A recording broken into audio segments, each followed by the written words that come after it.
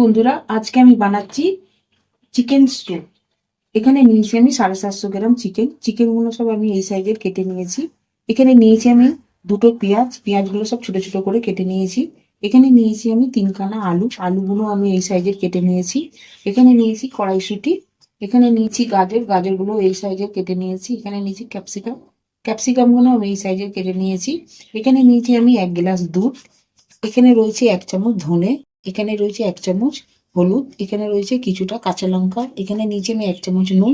এখানে নিয়েছি আমি রসুন কুচিয়ে। এখানে নিয়েছি আমি চিলি ফ্লেক্স। এবার আমি গ্যাসটা জ্বালিয়ে দিচ্ছি। এখানে কড়াটা বসিয়ে দিলাম।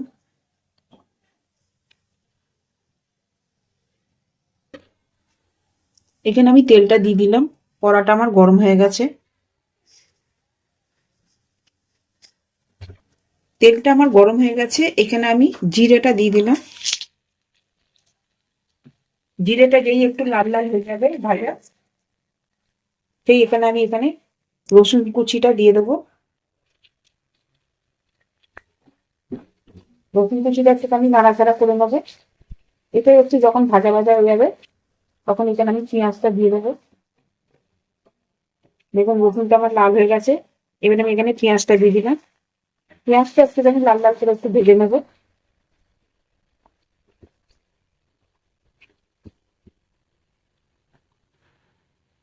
পেঁয়াজটা আমার একটু ভাজা হয়ে গেছে। এবার এখানে আমি আলুগুলো দিয়ে দেবো।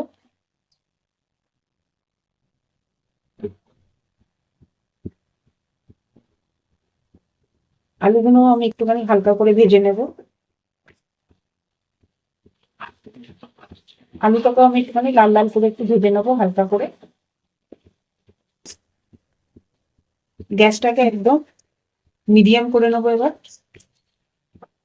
একটু মাঝে সাথে একটু নাড়াচাড়া করে নেবো। এই চিকেনের স্যুপটা একবার বাড়িতে বানিয়ে দেখবেন, খুব সুন্দর খেতে হয় শীতের সময়।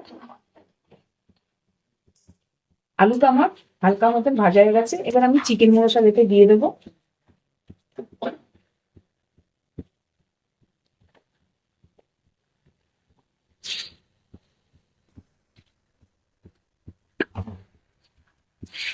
একটুখানি নাড়াচাড়া করে নেবো। এবার এখানে দিয়ে দিচ্ছি আমি কাঁচা লঙ্কাটা। ফ্লেক্সটাও দিয়ে দিবেন। এবার এটাকে ভালো করে একদম ভেজে নেবো।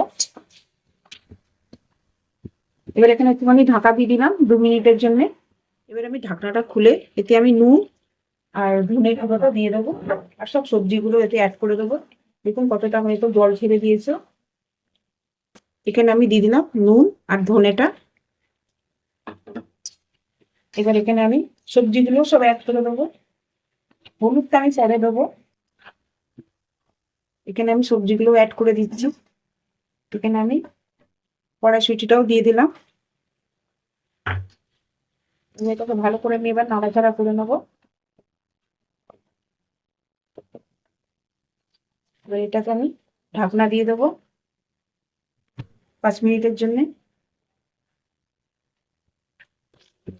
এবার আমি ঢাকনাটা খুলে দেখে নেবো। দেখুন কতটা জল ছেড়ে দিয়েছে। এবার আমি এখানে দিয়ে দেবো হলুদ।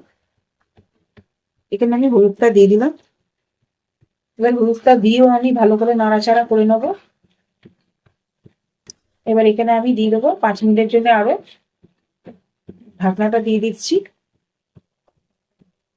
এবার আমি ঢাকনাটা খুলে দেখে নেবো। দেখুন পুরো মশলাটা আমার কষে গেছে। এবার আমি এখানে দুধটা দিয়ে দেবো। এখানে আমি 1 গ্লাস দুধ দিয়ে দিলাম।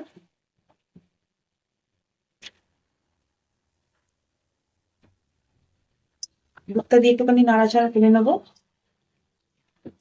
যতটা দুধ দিয়েছি আমি ততটাই 1 গ্লাসের মতন জল দেবো এতে। আমি 1 গ্লাসের মতন জলটা দিয়ে দিলাম। এবার এটাকে আমি ঢাকনা দিয়ে দেবো।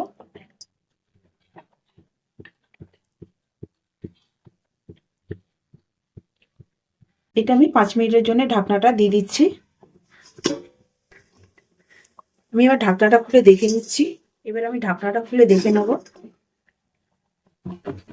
দেখুন কি সুন্দর কালারটা এসছে। এখানে আমার আলুটাও সেদ্ধ হয়ে গেছে, এখানে আমার গাজরটাও সেদ্ধ হয়ে গেছে, এখানে আমার চিকেনটাও সেদ্ধ হয়ে গেছে। রেডি হয়ে গেছে আমার চিকেন স্টু।